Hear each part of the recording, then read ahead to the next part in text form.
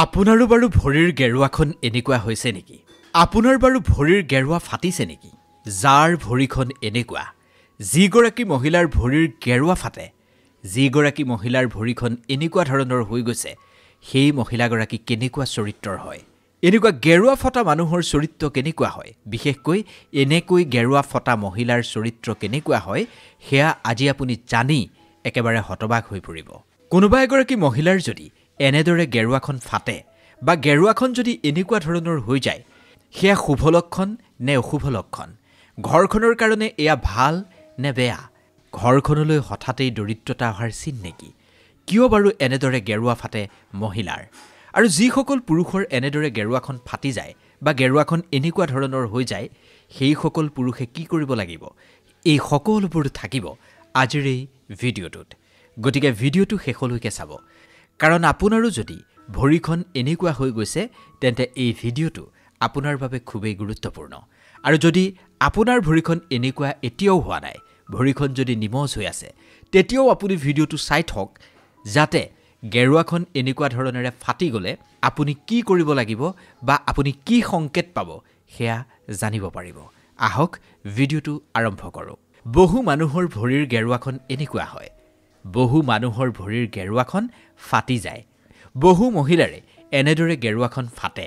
এই গেৰুৱাখন নিমজ কৰিবৰ কাৰণে বহু মহিলাই বিভিন্ন ধৰণেৰে ঘৰুৱা পদ্ধতি অৱলম্বন কৰে বা ডাক্তৰীৰ চিকিৎসাও অৱলম্বন কৰে। কিন্তু কেতিয়াবা ভাবি চাইছেনে, গেৰুৱা ফটা মহিলাবোৰ কেনেকুৱা ধৰণৰ হয়? তেওঁলোক কেনেকুৱা চৰিত্ৰৰ হয়?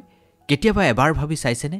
আহক আজি আমি এই ভিডিঅ'টোত আপোনাক জনাম গেৰুৱা ফটা মহিলাসকল কেনেকুৱা ধৰণৰ হয়।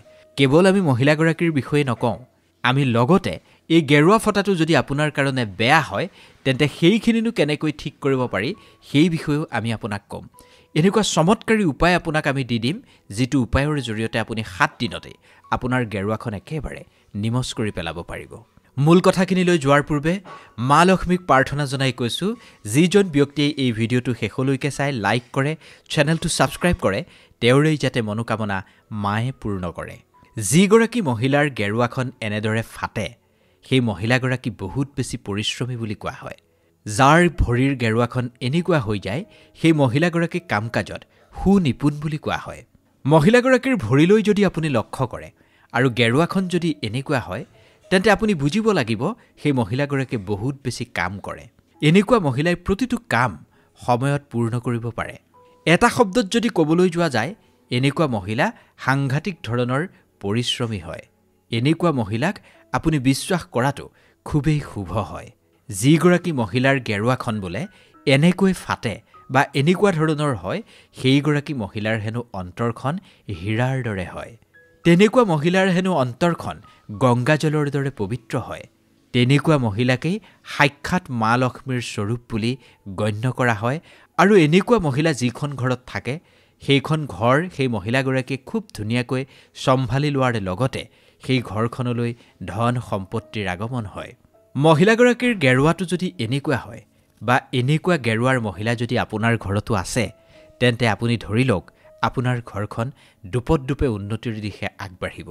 এনেকুৱা মহিলাই হেনো নিজৰ স্বামীক ৰজা বনাই দিব পাৰে, কাৰণ সেইগৰাকী মহিলাৰ সম্পূৰ্ণ শৰীৰ কাম কাজত নিপুণ হয়। এনেকুৱা মহিলাই নিজৰ স্বামীক কেতিয়াও পৰাজিত হ'বলৈ নিদিয়ে, কেতিয়াও হাৰিবলৈ নিদিয়ে। নিজতকৈও পৰিয়ালটোক এনেকুৱা মহিলাই বহুত বেছি অগ্ৰাধিকাৰ দিয়ে ভাল পায়।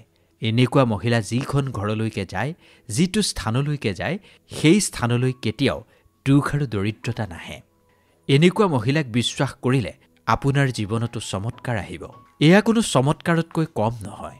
যদি আপুনি বিবাহ প্ৰাৰ্থী আৰু যদি আপুনি ছোৱালী বিচাৰি ফুৰিছে আৰু ক'ৰবাত যদি আপুনি এনেকুৱা এজনী ছোৱালী পাইছে যাৰ গেৰুৱাখন এনেকুৱা, তেন্তে সেইগৰাকী যুৱতীক আপুনি সোনকালে বিয়া পাতি ল'ব পাৰে। কাৰণ এনেকুৱা যুৱতী বা মহিলা প্ৰতিটো কাম কাজতেই সুনিপুণ হয়। এনেকুৱা মহিলা আপোনাৰ বাবে কায়কল্পৰ দৰে। পুনৰ কৈছোঁ, গেৰুৱা যাৰ এনেকুৱা, তেনেকুৱা মহিলাৰ হৃদয়খন খুব শুদ্ধ হয়। তেওঁলোকে যিকোনো কাম কৰিলেই চমৎকাৰী ৰূপ আপুনি দেখিবলৈ পাব। অহংকাৰৰ কোনো নাম নিচান এনেকুৱা মহিলাৰ গাত আপুনি দেখিবলৈ নাপায়। সদায় এনেকুৱা মহিলাৰ অন্তৰখন ফুলৰ দৰে কোমল আৰু পবিত্ৰ হৈ পৰে। যি কামেই এওঁলোকে কৰে, কেতিয়াও তেওঁলোক এই কামত পৰাস্ত নহয় প্ৰতিটো কাৰ্য তেওঁলোকে সুনিপুণভাৱে কৰিব পাৰে এনেকুৱা নাৰী যিজন পুৰুষেই লাভ কৰে তেওঁৰ কাৰণেই কায়কল্পৰ সমান এনেকুৱা মহিলাই তেতিয়ালৈকে অন্ন গ্ৰহণ নকৰে তেতিয়ালৈকে নিদ্ৰাৰ কোলালৈ নাযায় যেতিয়ালৈকে তেওঁৰ স্বামী ঘৰলৈ নাহে স্বামীয়ে অন্ন গ্ৰহণ নকৰাকৈ এনেকুৱা তিৰোতাই কেতিয়াও নিজে অন্ন গ্ৰহণ নকৰে কাৰণ এনেকুৱা তিৰোতাই নিজৰ স্বামীক পৰমেশ্বৰ জ্ঞান কৰে পতিক ব্ৰহ্মা পতি বিষ্ণু পতিক মহেশ্বৰ বুলি জ্ঞান কৰে এনেকুৱা তিৰোতাই বা এনেকুৱা নাৰীগৰাকীকেই যিজন পুৰুষে হেৰুৱাই পেলায় এটাই বুজি লওক সেইজন পুৰুষৰ জীৱনত কেতিয়াও শান্তি নহয় কাৰণ তেনেকুৱা এগৰাকী মহিলা যদি আপুনি বিবাহ প্ৰাৰ্থী হিচাপে পাইছে তেন্তে সোনকালে বিয়া পাতি লোৱাটোৱে আপোনাৰ কাৰণে বুদ্ধিমানৰ কাম হ'ব কাৰণ এনেকুৱা এগৰাকী নাৰী পোৱাটো আপোনাৰ কাৰণে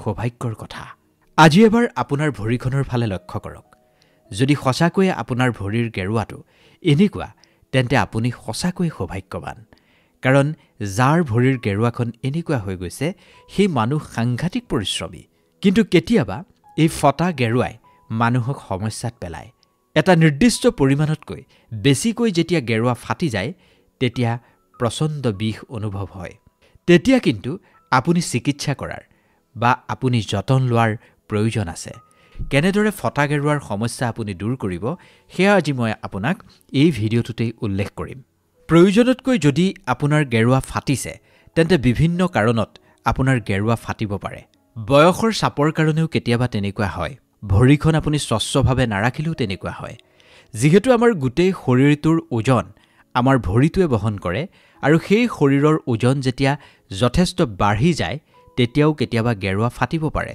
আপুনি যিকোনো ধৰণৰ চাবোনৰ সংস্পৰ্শলৈ আহিলে বা চাবোনেৰে আপুনি ঘঁহিলেও কেতিয়াবা আপোনাৰ গেৰুৱাখন ফাটিব পাৰে বিশেষকৈ ঠাণ্ডা দিনত মানুহৰ ছাল ৰুক্ষ শুকান হৈ থাকে সেইকাৰণে এনেকুৱা বতৰতো মানুহৰ গেৰুৱা ফাটে কিন্তু সেয়া প্ৰয়োজনতকৈ বেছি যেতিয়া গেৰুৱা ফাটে তেতিয়াহে আপুনি চিকিৎসা কৰাৰ প্ৰয়োজন এনেকুৱা ভৰিৰ কাৰণে মানুহক সদায় পৰিশ্ৰমী বুলিয়েই ধৰা হয় কিন্তু যেতিয়া আপোনাৰ প্ৰয়োজনতকৈ বেছিকৈ আপোনাৰ ক্ৰেক আহিব তেতিয়া আপুনি কি কৰিব এটা সৰু সহজ ঘৰুৱা উপায় আপোনাক কম যিটো উপায়ৰ জৰিয়তে আপুনি এই সমস্যাটো দূৰ কৰিব পাৰিব তাৰ কাৰণে আপুনি 10 মিনিট পৰিশ্ৰম কৰিব লাগিব কিন্তু এই 10 মিনিটে আপোনাক সেই বিষৰ পৰা উপশম দিব 2 চামুচ নাৰিকল তেল লাগিব আপোনাক সৰু চামুচেৰে 2 চামুচ নাৰিকল তেল ল'ব তাৰ পিছত আপুনি 2 চামুচ গ্লিচাৰিন ল'ব লাগিব গ্লিচাৰিনে আমাৰ স্কিনৰ ভিতৰলৈ গৈ আমাক বহুত বেছি